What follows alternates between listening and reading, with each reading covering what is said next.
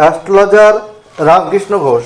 আমার এই চ্যানেল অর্থাৎ অ্যাস্ট্রোলজার রামকৃষ্ণ ঘোষ চ্যানেলের পক্ষ থেকে জানাই আপনাদের সকলকেই স্বাগত। আশা করি ঈশ্বরের কৃপায় আপনারা সকলেই ভালো আছেন।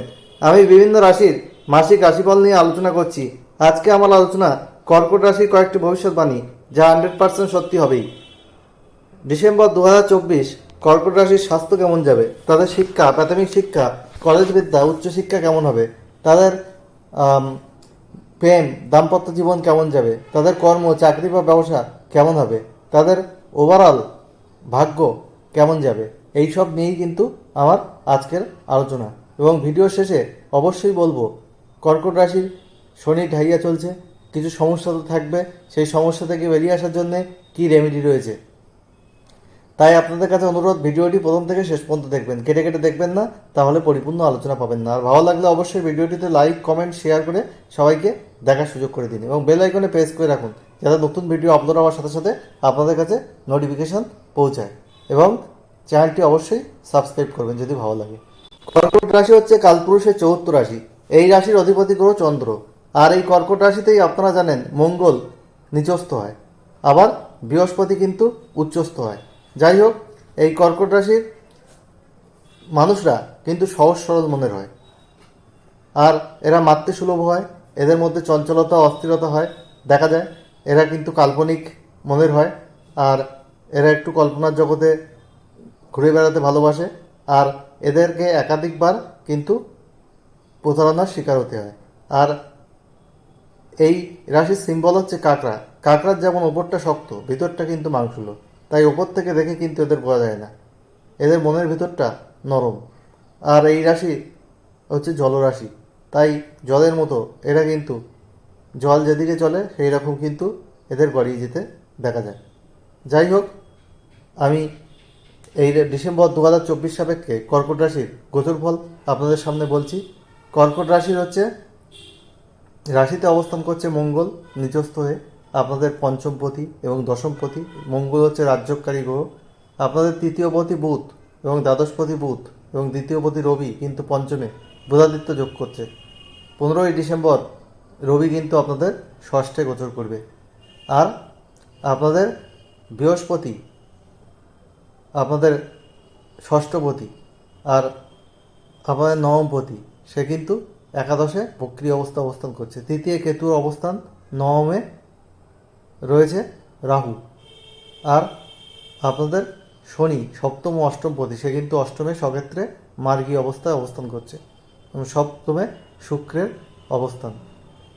28শে ডিসেম্বর পর্যন্ত এই শুক্র কিন্তু সপ্তমে থাকবে। এই হলো আপনাদের ওভারঅল গোচর ফল ডিসেম্বর 2024 সাপেক্ষে। হেলথ ইজ ওয়েলথ, অর্থাৎ স্বাস্থ্যই সম্পদ। স্বাস্থ্য যদি ভালো না থাকে আমরা কোনো কিছুতেই কনসেন্ট্রেট করতে পারি না, আমাদের সাকসেস রেট কিন্তু অনেকটা কমে যায়। তাই স্বাস্থ্যের বিষয়ে প্রথমেই সচেতন হওয়া উচিত। রাশিতে অবস্থান করছে পঞ্চমপতি মঙ্গল নিচস্থ হয়ে, আর রাশির অধিপতি চন্দ্র 2 দিন 6 ঘন্টা অন্তর এক একটি রাশি থেকে আরেকটি রাশিতে গোচর করে। যখন এই চন্দ্র ষষ্ঠ, অষ্টম, দ্বাদশে গোচর করে তখন শারীরিক কিছু সমস্যা দেখা যায়, আলস্য ভাব চলে আসে। আপনাদের মধ্যে এই মাসে একটু হেডেক, একটু চোখের সমস্যা, দাঁতের সমস্যা মাসের দ্বিতীয়ার্ধে দেখা যেতে পারে, পেটের সমস্যা দেখা যেতে পারে। তাই নিয়মিত খাদ্যাভ্যাস করুন, হাঁটাচলা, যোগব্যায়াম এগুলো করুন। আর আপনারা এক্সারসাইজ করুন। আর আপনাদের যদি মঙ্গল জন্মছকে খারাপ থাকে তাহলে কিন্তু আপনাদের স্কিন রিলেটেড কোনো সমস্যা বা রক্ত সম্পর্কীয় কোনো রোগ কিন্তু হতে পারে। আর পিতার স্বাস্থ্য বিষয়ে আপনাদের সচেতন হতে হবে। পিতার স্বাস্থ্যের জায়গায় কিছু সমস্যা কিন্তু দেখা যেতে পারে। শরীর আপনাদের এই ডিসেম্বর 2024 ওভারঅল কিন্তু ভালো যাবে। আসি আপনাদের শিক্ষাক্ষেত্রে। প্রাথমিক শিক্ষার অধিপতি গ্রহ শুক্রকে, সে কিন্তু সপ্তমে অবস্থান করছে। আর কলেজ বিদ্যা বা উচ্চশিক্ষার ক্ষেত্রে আমরা পঞ্চম ঘর এবং নবম ঘর দেখে থাকি। পঞ্চমপতি মঙ্গল, সে কিন্তু রাশিতে নিচস্থ, পঞ্চমে রবি বুধের বুধাদিত্য যোগ, রবি এখানে দ্বিতীয়পতি। ফলে প্রাথমিক শিক্ষার ক্ষেত্রে আপনারা পরিশ্রম করলে ফল ভালো হবে। আপনাদের উচ্চ শিক্ষা বিশেষ করে কলেজ বিদ্যার ক্ষেত্রে আপনাদের কিন্তু পরিশ্রম করলে সেক্ষেত্রেও ফল ভালো রয়েছে। যদিও পঞ্চমপতি নিচস্থ রয়েছে, তবুও বলবো পরিশ্রম করলে ফল ভালো পাওয়া যাবে। 16ই ডিসেম্বর রবি আপনাদের ষষ্ঠে গোচর করছে। এই সময় কোনো কম্পিটিটিভ এক্সাম আপনারা দিলে সফলতা কিন্তু আসতে পারে। আর আপনার যেটা দেখা যাচ্ছে সেটা হচ্ছে আপনাদের উচ্চশিক্ষার ক্ষেত্রে কিছু বাধা কিন্তু আসবে। নবম ঘর কিন্তু ড্যামেজ আছে, নবমে রাহু রয়েছে। এই সময় উচ্চশিক্ষার ক্ষেত্রে কোনো গুরুত্বপূর্ণ ডিসিশন নেওয়া ঠিক হবে না। যদিও নবমপতি একাদশে বক্রি অবস্থায় রয়েছে, তবুও কিছু বাধা কিন্তু আপনাদের অবশ্যই ফেস করতে হবে। যারা রিসার্চমূলক কাজের সঙ্গে যুক্ত, গবেষণামূলক কাজের সঙ্গে যুক্ত, শনির ঢাইয়া চলছে, যার জন্যে আপনাদের কিন্তু মার্চ 2025-এর পর থেকে আপনাদের সফলতার জায়গাটা বাড়বে। আপনাদের আর্থিক ক্ষেত্র নিয়ে আমি বলছি, আপনাদের যে ধনপতি রবি সে কিন্তু পঞ্চমে বুধাদিত্য যোগ করে আছে। আপনাদের 15ই ডিসেম্বরের পর রবি কিন্তু ষষ্ঠভাবে গোচর করবে। আপনাদের একাদশে বৃহস্পতি যে নবমপতি অবস্থান করছে, আপনাদের ডেলি ইনকাম বাড়বে, আপনাদের রোজগার ভালো হবে। তবে মাসের দ্বিতীয়ার্ধে যখন রবি আপনাদের ষষ্ঠে গোচর করবে, তখন কিন্তু একটু ব্যয় বেড়ে যাবে। আপনাদের ইনকামের জায়গা ভালো হলেও ব্যয় কিন্তু বাড়বে। সেক্ষেত্রে আপনাদের মিতব্যয়ী হতে হবে, সেভিংস করতে হবে, তাহলে আর্থিক জায়গা কিন্তু মোটামুটিভাবে স্টেবল থাকবে এই ডিসেম্বর 2024, এটা বলা যায়। আর আপনাদের প্রেমের ক্ষেত্রে বলবো, আপনাদের পঞ্চমপতি মঙ্গল কিন্তু রাশিতে নিচস্থ রয়েছে, আর পঞ্চমে রবি বুধের অবস্থান রয়েছে। প্রেমের ক্ষেত্রে কিছু ইগো প্রবলেম ক্রিয়েট হতে পারে, তর্ক বিতর্ক হতে পারে, কিন্তু একে অপরের প্রতি ভালোবাসা, ফিলিংস এগুলো থাকবে। আপনারা রোমান্স অনুভব করতে পারবেন। তেমন কিছু প্রবলেম কিন্তু প্রেমের ক্ষেত্রে হওয়ার কথা নয়।